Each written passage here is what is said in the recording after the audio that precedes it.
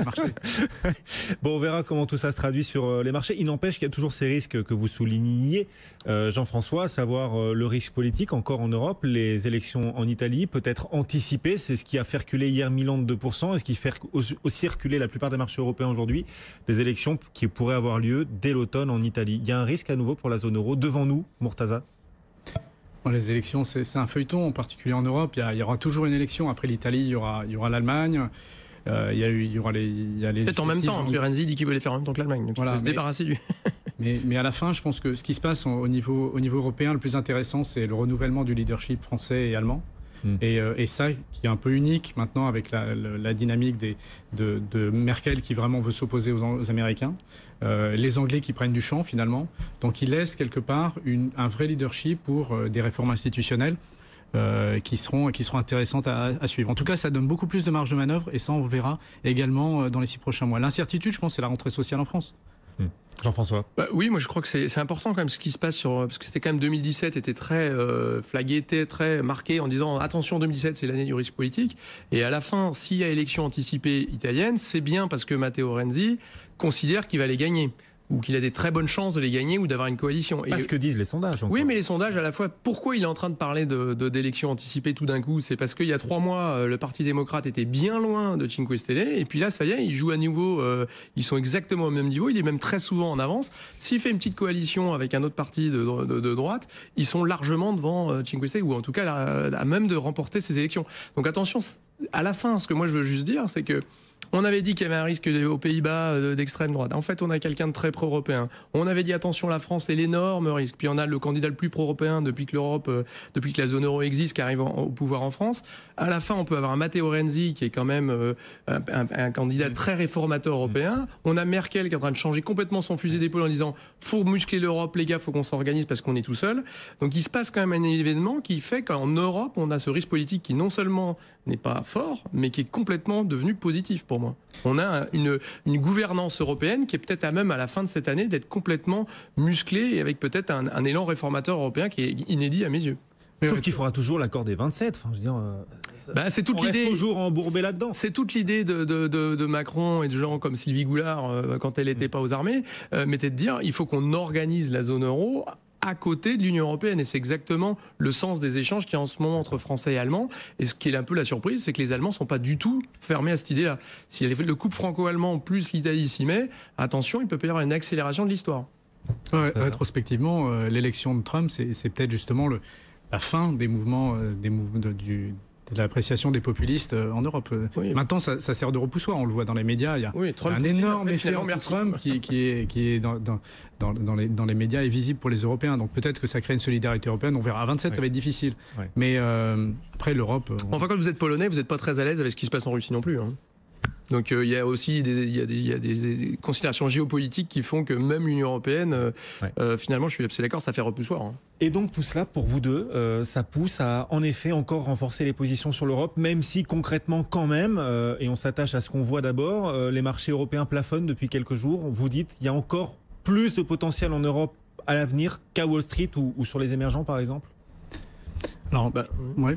Nous, clairement, oui, nous on pense qu'il y a plus de potentiel en Europe qu'aux États-Unis, où c'est plus vers justement les États-Unis, on voit un petit risque avec, encore une fois, l'idée que peut-être que Trump va pas délivrer. Alors, il y avait beaucoup de ça dans les prix des actions américaines, alors qu'inversement, ce risque politique qu'on évoquait juste avant s'évacue en Europe, que finalement les fondamentaux sont pas mauvais, que les résultats des entreprises sont en train de s'améliorer. On voit le cycle d'investissement qui a l'air d'être là, les marges qui se restaurent. Donc on est sans doute pas au bout du cycle européen. Après, on préfère les actions européennes aux actions américaines chez Natixis. À l'inverse, on dit que le gros focus peut-être du moment, c'est peut-être continuer sur les émergents. Voilà, c'est plus un call, mais entre les États-Unis et l'Europe, nous on est plutôt à favoriser l'Europe. Murtaza, pareil, même si Wall Street bat des records, ce qui n'est pas tout à fait le cas de l'Europe. Parce qu'on a du potentiel pour attraper. La préférence pour l'Europe, elle se traduit par une position géographique sur les actions, mais aussi par une position sur les devises. Je pense que les États-Unis peuvent battre des records avec un dollar qui va ne faire que s'affaiblir. Donc pour un investisseur européen, et c'est ça qui nous importe, il reste en euros. Le fait que le marché américain s'apprécie, mais se déprécie en dollars, à la fin, ça fait pas de rendement. Donc l'exposition américaine, nous, on aura tendance à la modérer et surtout à la couvrir en change, et puis à rester sur des positions en Europe. La grande question qu'on va commencer à se poser dans les 3 prochains mois, c'est quid d'un ralentissement en 2018. Je pense qu'aux États-Unis, en fait, on sous-estime là justement le fait d'être au-dessus du potentiel. Le potentiel américain est probablement plus faible en niveau et on l'a déjà dépassé. Et la grande incertitude, la grande question, c'est pourquoi il n'y a pas d'inflation. Et alors que ça pourrait être vu comme une bonne nouvelle si on était dans les années 90, on aurait le nouveau paradigme, cette croissance forte sans inflation. Là, c'est beaucoup plus inquiétant parce qu'on est déjà au-dessus du potentiel. Il n'y a pas d'inflation au niveau des salaires. C'est-à-dire que quand la croissance va retomber, on a une vraie trappe de déflation qui là commence à être un risque. Vous parlez là de déflation aux États-Unis. Pour la prochaine récession, vu les niveaux d'inflation qu'on a, sachant la position dans le cycle, c'est très inquiétant au moment où on va retomber. Après, il y a une vision, c'est un présupposé très fort qu'on est au haut du cycle aux États-Unis. Si on n'est pas en haut du cycle aux États-Unis, on a encore 2 années de croissance. On commence à s'interroger, moi je commence à m'interroger fortement sur la fin du cycle aux États-Unis d'ici 12 mois. C'est-à-dire que vous êtes en train d'essayer d'anticiper pourquoi pas même une possible récession là aux États-Unis, c'est ça l'idée que vous avez en vue ? À 18 mois, la probabilité est largement non nulle. 2018, il faut trouver des relais de croissance potentiel. Ça, c'est pas possible aux États-Unis. Et le problème, c'est qu'on aura maintenant assez peu de hausses de taux qui vont être résiduelles par la Fed avant la fin de l'année. Ça veut dire aussi, en cas de ralentissement fort, assez peu de marge de manœuvre au niveau monétaire. Donc nous, ce qu'on voit, c'est que avant de se précipiter sur la récession, on voit plutôt un affaiblissement du dollar. Ça va donner un peu d'air à Wall Street, un peu d'air à l'économie américaine. La croissance mondiale, la croissance des émergents peut aussi donner un peu d'air à Wall Street. Et ensuite, on verra. Mais maintenant, ce risque-là, il commence à être... il faut le prendre en compte et peut-être commencer à prendre ses profits lentement mais sûrement sur les actions, de façon globale. C'est des États-Unis qui vient le principal risque pour vous aussi, Jean-François, désormais ? Alors, on parle jamais de la Chine. Donc la Chine, évidemment, toujours le gros risque est là, c'est l'éléphant dans le magasin de porcelaine, toujours. Mais oui, moi, je partage, on est un peu dans cette idée-là, mais alors pas sur le diagnostic, mais sur en tout cas le fait que les États-Unis sont un peu le risque. Moi, je parlerais presque plus de stagflation, parce que justement, je partage pas. Bon, après, dans les détails, tout ce qu'on craignait sur l'euro, vous êtes en train de commencer à le craindre pour les États-Unis. Non, mais c'est qu'en fait, finalement, on peut se retrouver avec un problème de gouvernance aux États-Unis où il se passe pas grand-chose. On a des valorisations assez élevées. On finit on est au plein emploi et on voit. Alors nous, c'est là où j'ai un petit désaccord, c'est qu'on voit les salaires qui accélèrent un peu aux États-Unis. On est à 4% alors qu'on est à moins de 2% de croissance. Donc on commence un petit peu à voir ça. On voit pour nous des prix du pétrole qui devraient continuer à monter. Donc plutôt de l'inflation CPI, enfin l'inflation headline qui continue à monter, avec pas trop de marge de manœuvre du coup à la baisse de la part de la Réserve fédérale américaine.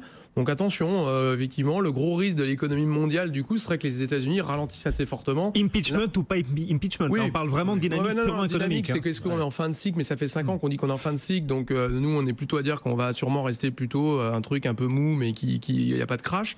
Mais on est quand même dans un risque qui peut être plus Amérique qu'autre chose. Encore une fois, si les États-Unis ralentissent, ça va pas bien se passer pour les émergents, ça va pas bien se passer pour la Chine, l'économie mondiale.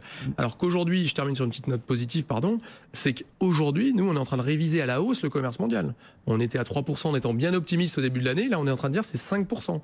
Le commerce mondial est en train de redémarrer. On parlait de démondialisation avec cette baisse du commerce mondial. Là, non, c'est la remondialisation. Oui, on est dans une régionalisation du commerce mondial, mais la dynamique du commerce est un peu étonnante. C'est pas un truc qu'on est justement trop venu venir. Et ça, c'est peut-être la bonne nouvelle. Et c'est pour ça que nous, on est assez tilté sur les émergents. C'est qu'en fait, on voit une accélération du commerce mondial à l'heure où on parle. Et ça, c'est la très très bonne nouvelle, entre guillemets, pour la croissance mondiale. Donc, pour des pays comme l'Allemagne, c'est un petit relais de croissance probablement pour un certain nombre de pays exportateurs. Valeur cyclique alors, c'est ça l'idée? Secteur cyclique qui est à investir en bourse en ce moment? En Europe, à valeur cyclique. Valeur domestique, puisque si appréciation de l'euro, ça va être un petit peu difficile pour les valeurs dollars, mais valeur cyclique, value, financière, ça c'est pour l'Europe. Pour les États-Unis, plutôt défensif. Et domestique. Ouais. Enfin, si Wall Street finit par vraiment reculer, vous êtes défensif, à un moment l'Europe reculera aussi, aura du mal à on aura du mal à monter. Mais par contre, on peut mieux résister ou surperformer. Ah, vous y croyez encore à ça? Bon, c'est ce qui se passe depuis le début de l'année en tout cas. En tout cas, on va dire l'indicateur avancé sur le marché américain, ça sera les écarts de crédit, donc les spreads de crédit. Dès qu'on les verra vraiment s'écarter fortement, là, ça sera un peu le point pour prendre ses profits aux États-Unis et progressivement en Europe. Donc le signal peut-être à observer avant-coureur. Merci beaucoup à tous les deux. C'était le face-à-face. Murtaza Azatiet, directeur des investissements chez Yomoni. Jean-François Robin, responsable de la stratégie et de la recherche économique chez Natixis. Merci. Bon retour.